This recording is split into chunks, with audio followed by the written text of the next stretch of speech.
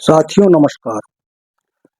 साथियों, जैसा कि आपको विदित है, 12वां द्विपक्षीय समझौता 8 मार्च 24 को बैंक यूनियनों और आईबीए के बीच हस्ताक्षरित हो गया है और इस संबंध में एक्स ग्रेशिया बाबत एक वीडियो मैंने 11 मार्च 24 को अपलोड किया था और बताया था कि अलग अलग विषयों पर मैं वीडियो बनाकर अपलोड करूंगा।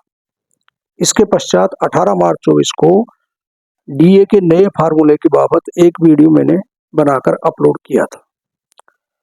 साथियों, 12वें द्विपक्षीय समझौते का एरियर इस समय वर्किंग एम्प्लॉइज को मिल चुका है और जो साथी 1 नवंबर 22 के पश्चात रिटायर हुए थे, उन्हें पेंशन के, ग्रेजुएटी के और कम्यूटेशन के एरियर की प्रतीक्षा है। इस बाबत कई साथियों ने मुझसे जानकारी भी चाहिए है कि पेंशन, कम्यूटेशन और ग्रेजुएटी की कैलकुलेशन किस तरह से होनी है। तो साथियों, ये वीडियो वैसे तो बाद में जो भी साथी रिटायर होंगे उनके लिए भी उपयोगी होगा, लेकिन विशेषतः जिस तरह से ये वीडियो तैयार किया गया है, जो साथी 1 नवंबर 22 के पश्चात यानी इस समझौते के लागू होने की तिथि के पश्चात रिटायर हुए हैं, उनके लिए विशेष रूप से उपयोगी रहेगा। तो इसमें साथियों मैंने पेंशन और कम्यूटेशन और ग्रेच्युटी तीनों की कैलकुलेशन के संबंध में अलग अलग एक्सेल शीट अपलोड की है।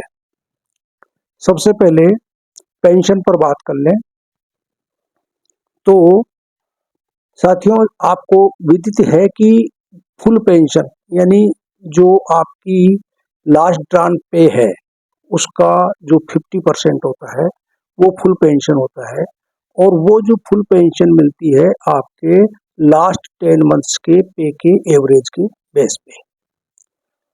पे का इसमें जो कंपोनेंट एलिजिबल होते हैं पेंशन के लिए, ग्रेच्युटी के लिए, पीएफ के लिए, एनपीएस के लिए, वो जो 12वें द्विपक्षीय समझौते में डिफाइन किए गए हैं।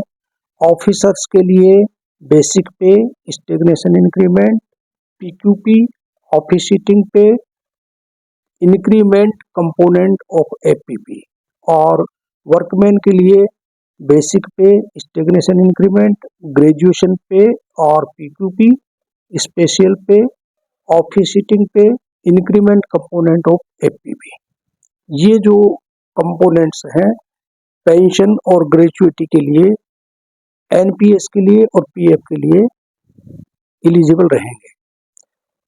तो साथियों, जैसा कि आपको पता है कि स्पेशल अलाउंस जो पे का एक भारी भरकम कंपोनेंट है, उस पर डीए तो एप्लीकेबल है, लेकिन जो रिटायरमेंट बेनिफिट्स हैं, जो एनपीएस साथियों का कंट्रीब्यूशन कटना होता है और जो एग्जिस्टिंग एम्प्लॉयज को एचआरए आदि अलाउंस मिलने होते हैं, उनके लिए स्पेशल अलाउंस एलिजिबल कंपोनेंट नहीं है और इस तरह से स्पेशल अलाउंस की वजह से एक बहुत बड़ा नुकसान सभी साथियों को हो रहा है। इसके लिए मैं अलग से वीडियो बनाकर बाद में डालूंगा। तो साथियों, 10 महीने की जो एवरेज पे होती है, लास्ट 10 मंथ्स की एवरेज पे, उसका 50% आपको पेंशन मिलती है यदि आपकी सर्विस 33 ईयर्स अथवा उससे ज़्यादा है। और अगर आपकी जो टोटल सर्विस 33 ईयर्स से कम है तो उस केस में प्रोपोर्शनेट पेंशन आपको मिलेगी। तो साथियों, इस जो सेटलमेंट में बहुत सारे साथी हैं जो 1 नवंबर 22 के बाद में रिटायर हुए हैं। तो इसमें जो साथी 1 नवंबर 22 के बाद में रिटायर हुए हैं और 31 अगस्त से पहले रिटायर हुए हैं, तो उन साथियों की ये स्थिति है कि उनका जो लास्ट 10 मंथ्स का जब हम बेस यानी काउंट करेंगे तो कुछ मंथ्स जो है नवंबर 22 से पहले के आएंगे और कुछ मंथ्स नवंबर 22 के बाद के आएंगे। तो इसका मतलब ये हुआ उनका कुछ मंथ्स जो होंगे वो इस नए सेटलमेंट के बाद के हैं, तो और कुछ मंथ्स जो है नए सेटलमेंट से पहले के हैं। तो उस स्थिति में उनकी जो पेंशन की गणना की जाएगी उसके लिए जो गाइडलाइन इसमें 12वें द्विपक्षीय समझौते में है, तो उसमें कहा गया है कि जो साथी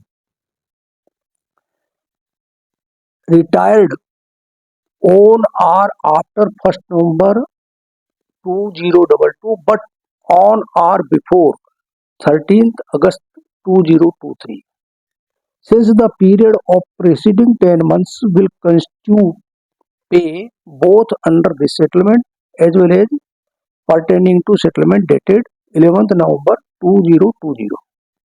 In such cases, the following procedure will be adopted for determining pension payable to them. तो इसमें बताया गया है कि इसमें for the period of 10 months falling on and from 1st November 2022, the actual pay drawn by the employee under this settlement, or second, for the period falling prior to 1st November 2022, the actual pay drawn by the officer plus DNS allowance at the rate of 30.38% thereon will be notionally reckoned as pay for the purpose. मतलब ये मैंने एक example इसमें दिया है कि जैसे मान लो किसी एम्प्लॉय का जो रिटायरमेंट 30 जून 23 को हुआ है, तो 30 जून 23 को हुआ है तो 1 नवंबर 22 के पश्चात के 8 महीने के लिए जो है उसकी जो सैलरी रहेगी नए सेटलमेंट के अनुसार रहेगी, और जो 1 नवंबर 22 से पिछले के 2 महीने हैं सितंबर 22 और अक्टूबर 22, 2 महीने के लिए जो उसकी सैलरी रहेगी वो उसकी जो ओल्ड सैलरी रहेगी उस पर नोशनली 30.38% डीए कैलकुलेट करके और उसको इसमें शामिल किया जाएगा। तो जैसा कि मैंने इसमें एक्सेल शीट में बताया है, यदि कोई एम्प्लॉय जिसका पुराना जो बेसिक पे था 95,120 था, पीक्यूपी 2550 था, इंक्रीमेंट कंपोनेंट ऑफ पीक्यूपी 2500 था, और नए सेटलमेंट में ये बेसिक पे 127,980 हो जाता है, पीक्यूपी 5480 हो जाता है, सीआई भी बहुत पार्ट उसने किया हुआ है, और इंक्रीमेंट कंपोनेंट 3360 रुपये उसका हो जाता है। तो नए सेटलमेंट के अनुसार जो उसकी बेसिक पे मतलब निकल के आएगी 68,410 आएगी। लेकिन वही साथी अगर 30 जून 23 को रिटायर हुआ है, अगर 31 अगस्त को या उसके पश्चात रिटायर हुआ है तब तो उसकी 68,410 पेंशन बनेगी। लेकिन अगर वो 30 जून 23 को रिटायर हुआ है तो 2 महीने की उसकी जो पेंशन है मतलब सितंबर 22 और अक्टूबर 22 की जो पे ली जाएगी वो पुराने सेटलमेंट के अनुसार, और उस पर 30.38% डीए जोड़ के ली जाएगी। तो उसकी जो पेंशन बनेगी 67,788, यानी थोड़ा सा कम बनेगी। तो इस तरह से आपका जो है पेंशन का कैलकुलेशन रहेगा। और कम्यूटेशन जो है, कम्यूटेशन साथियों जो आपकी पेंशन होती है उसका मैक्सिमम जो कम्यूटेशन होता है उसका 1/3 होता है, और जो 1/3 मैक्सिमम कम्यूटेशन होता है अगर वो सुपर एन्यूएशन एज पर यानी 60 साल पूरे होकर के और रिटायर हो रहे हैं तो उसका जो कैलकुलेशन फैक्टर होता है 9.81 होता है। इसका मतलब आपका जो कम्यूटेशन का जो फार्मूला हुआ 1/3 ऑफ पेंशन गुणा 12 और गुणा 9.81 उसका फैक्टर है, और ये कम्यूटेशन 15 साल बाद में रिस्टोर होता है। तो इसमें द्विपक्षीय समझौते में यानी जो 12वां द्विपक्षीय समझौता हुआ है तो उसमें एक क्लोज कम्यूटेशन के बारे में भी ऐड किया गया है। और वो क्लोज ये है कि इसमें लिखा गया है कि option not to claim incremental commutation on revised basic pension officers in service of the bank as on 1 November 2022 and who have retired thereafter but before the date of the settlement and who had opted for commutation of pension will have an option not to claim incremental commutation on revised basic pension। यानी जिन्होंने retirement के समय commutation opt किया था और जो नई basic पे आई है उसके अनुसार यदि वो चाहें तो उनको ये ऑप्शन दिया जाएगा कि वो इंक्रीमेंटल कम्यूटेशन न लें। ऐसा इसलिए किया गया है, जैसे एक कैलकुलेशन मैंने एक्सेल शीट में डाली हुई है, तो उस के उदाहरण से समझ में आ जाएगा कि जैसे इसकी एम्प्लॉय की बेसिक जो ओल्ड बेसिक थी 95,120 थी, पीक्यूपी 2550 था, इंक्रीमेंटल कंपोनेंट ऑफ एपी 2500 था। तो टोटल जो इनकी पे पेंशन के लिए बढ़ती थी वो 1,01,70 थी और 50% पेंशन बनी 50,085। 1/3 कम्यूटेशन 16,695 लेस होने के बाद में 33,390 इनकी पेंशन बची और डीए जो है फुल पेंशन पर इनका 48.51% की दर से बढ़ा और 57,686 इनकी टोटल पेंशन बन रही है कम्यूटेशन घटा करके। कम्यूटेशन अमाउंट इनको मिला 19,65,335। कम्यूटेशन का जो फॉर्मूला है वो मैंने आपको बता दिया और उसी की जो नई बेसिक बनी है 1,27,980 बनी है और 5,480 और इसका पीक्यूपी है और इंक्रीमेंटल कंपोनेंट जो नया बढ़ा है 3,360 है। तो नई जो टोटल इनकी पे फॉर पर्पज ऑफ पेंशन 1,36,820 होती है और पेंशन बढ़ती है 50% 68,410 और 1/3 जो पेंशन 1/3 जो पेंशन इनकी कटेगी कम्यूटेशन के लिए वो 22,803 कटेगी और इसके बाद में 45,607 बचता है। जो इनका डीए बनेगा 15.73% से बनेगा तो वो 10,761 जो है इस पर डीए होता है। तो आपकी जो टोटल पेंशन आफ्टर कम्यूटेशन जो बढ़ती है 56,368। मतलब अगर हम पुरानी जो नेट पेंशन जो इन हैंड उसको मिलती थी आफ्टर कम्यूटेशन वो 57,686 थी और नई 56,368। तो इसमें जो डिफरेंस आया 1,318 का आया। यानी ये ऑप्शन इसलिए दिया गया है कि आपको जो इन हैंड नेट पेंशन मिलेगी आफ्टर कम्यूटेशन वो थोड़ी कम होने की संभावना है। तो इसलिए एक ऑप्शन आपको दिया गया है कि आप चाहे तो इंक्रीमेंटल कम्यूटेशन लें और चाहे तो नहीं लें। और इंक्रीमेंटल जो कम्यूटेशन अगर आप लेते हो तो उस कम्यूटेशन की जो कितनी कैलकुलेशन होगी ये मैंने इस बेसिक पे इस एक्सेल शीट में दिखाया है। यानी उनको जो इंक्रीमेंटल कम्यूटेशन मिलेगा ये 7,19,034 रुपये मिलेगा। तो कई साथियों ने मतलब जानकारी भी चाहिए थी कि हमें इंक्रीमेंटल कम्यूटेशन लेना चाहिए या नहीं लेना चाहिए, यानी ये ऑप्शन हमें ऑप्ट करना चाहिए या नहीं करना चाहिए। तो साथियों जो कम्यूटेशन का अमाउंट आपके पास में एक मुश्त जो मिलता है वो यदि किसी साथी के साथ में कभी कोई कैजुअलिटी होती है तो वो रिकवर नहीं होता है, तो वो एक मुश्त अमाउंट आपको जो मिल गया सो मिल गया।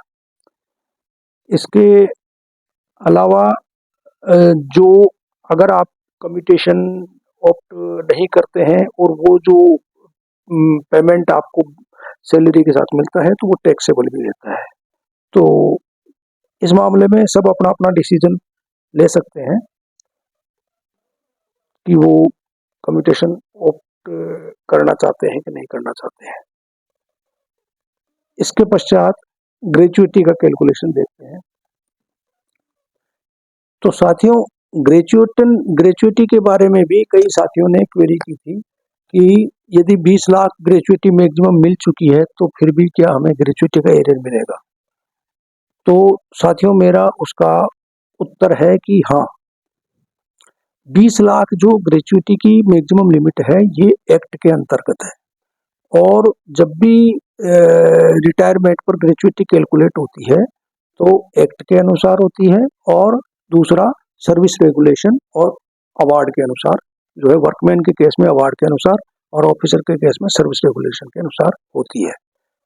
तो जो एक्ट में ग्रेचुइटी कैलकुलेट होती है उसका जो फार्मूला है उसमें लास्ट ड्रान पे जो है इसमें मैंने डिफाइन कर दिया था कि कौन कौन सी कंपोनेंट जो है ग्रेचुइटी के पर्पज से पे मानी जाएगी 12वें द्विपक्षीय समझौते के अंतर्गत। तो वो मैंने शुरू में ही बता दिया है। तो पे और उस पर डीए, जो लास्ट ड्रान आपकी पे और रहेगी और उस पर डीए रहेगा, उसको 15 से गुणा किया जाएगा और 26 से डिवाइड किया जाएगा, और फिर number of years of service जो उसने की है उससे गुणा किया जाएगा। तो इससे जो अमाउंट आएगा वो आपकी ग्रेचुइटी के मतलब एक्ट के अंतर्गत जो ग्रेचुइटी मानी जाएगी। इस केस में अगर आपकी जो लास्ट जो सर्विस है वो 6 मंथ्स आर मोर है तो वो फुल ईयर काउंट होगा, और लेस देन 6 मंथ्स को इग्नोर कर दिया जाएगा। ये जो मैक्सिमम इसमें जो लिमिट रहेगी 20 लाख की रहेगी वो टैक्स फ्री रहेगी। और साथियों, जो सर्विस रेगुलेशन में और अवार्ड में जो ग्रेचुइटी कैलकुलेट होगी तो उसमें जो बताया गया है कि gratuity shall be payable at the rate of 1 month pay for each completed year of service subject to the maximum of 15 month pay, provided that for continuous service over 30 years additional gratuity at the rate of half month's pay for each completed year of service over 30 years shall also be payable। इसका मतलब जो 15 months की जो 15 months पे की जो gratuity है वो 30 साल तक की सर्विस के लिए है। 30 साल से वो अगर सर्विस है तो उसके लिए हर 1 साल की सर्विस के लिए आधे महीने की जो पे है ग्रेचुइटी के लिए एडिशनल दी जाएगी। और इसमें ये भी है कि अगर जो आपका रिमेनिंग पीरियड है 6 मंथ्स आर मोर है तो प्रोरेटा ग्रेचुइटी उस पर मिलेगी। इसमें जो ग्रेचुइटी कैलकुलेट होगी उसकी कोई लिमिट नहीं है, कोई मैक्सिमम लिमिट नहीं है, और ये दोनों ही तरह से ग्रेचुइटी कैलकुलेट की जाती है, और जो हायर होती है वो पेएबल होती है। Gratuity will be done in act as well as in regulation of the award and hire will be paid to the employ. तो इसमें भी मैंने एक एग्जांपल जो है एक्सेल सीट में दिया है। जैसे एक एम्प्लॉय जिसकी 34 इयर्स की सर्विस है और वो 30 अगस्त 23 को रिटायर हो रहा है, तो ओल्ड रेट से जो मतलब ग्रेचुइटी एक्ट के अंतर्गत उनकी बन रही है वो 28,12,434 बन रही है, लेकिन चूंकि इसमें मैक्सिमम लिमिट 20 लाख की है इसलिए 20 लाख ही मिलेगी। और जो रेगुलेशन में ग्रेचुइटी इनकी बनी है 17,02,980 बनी है, चूंकि एक्ट की जो ग्रेचुइटी वो ज़्यादा है इसलिए 20 लाख पेएबल होगी। लेकिन जब नई बेसिक पे इनकी आती है तो 95,120 की नई बेसिक पे 1,27,980, पीक्यूपी 2550 की जगह 5480 और इंक्रीमेंटल कंपोनेंट ऑफ एपीपी है 2500 की जगह 3360। तो टोटल इनकी हो गई 1,36,820। तो इसमें एक्ट के अंतर्गत यद्यपि 29,99,761 बन रही है, लेकिन एक्ट में चूंकि सीमा 20 लाख तक की है, 20 लाख से ज्यादा पेमेंट एक्ट में नहीं हो सकता। तो रेगुलेशन में भी जो कैलकुलेट की गई इनकी ग्रेचुइटी, तो रेगुलेशन में जो ग्रेचुइटी कैलकुलेट की गई वो हुई 23,25,940। तो इस केस में उनको जो पुरानी जब वो रिटायर हुए तो उनको एक्ट के अंतर्गत 20 लाख मिली थी, लेकिन अब जब एरियर कैलकुलेट होगा तो उनको ग्रेचुइटी रेगुलेशन के अंतर्गत 23,25,940 बनती है, तो 20 लाख घटा करके और 3,25,940 उनको एरियर मिलेगा। तो इस तरह से साथियों ग्रेच्युटी का कैलकुलेशन होगा और बाकी विषयों पर मैं आगे वीडियो बनाकर अपलोड करूंगा। आपका धन्यवाद।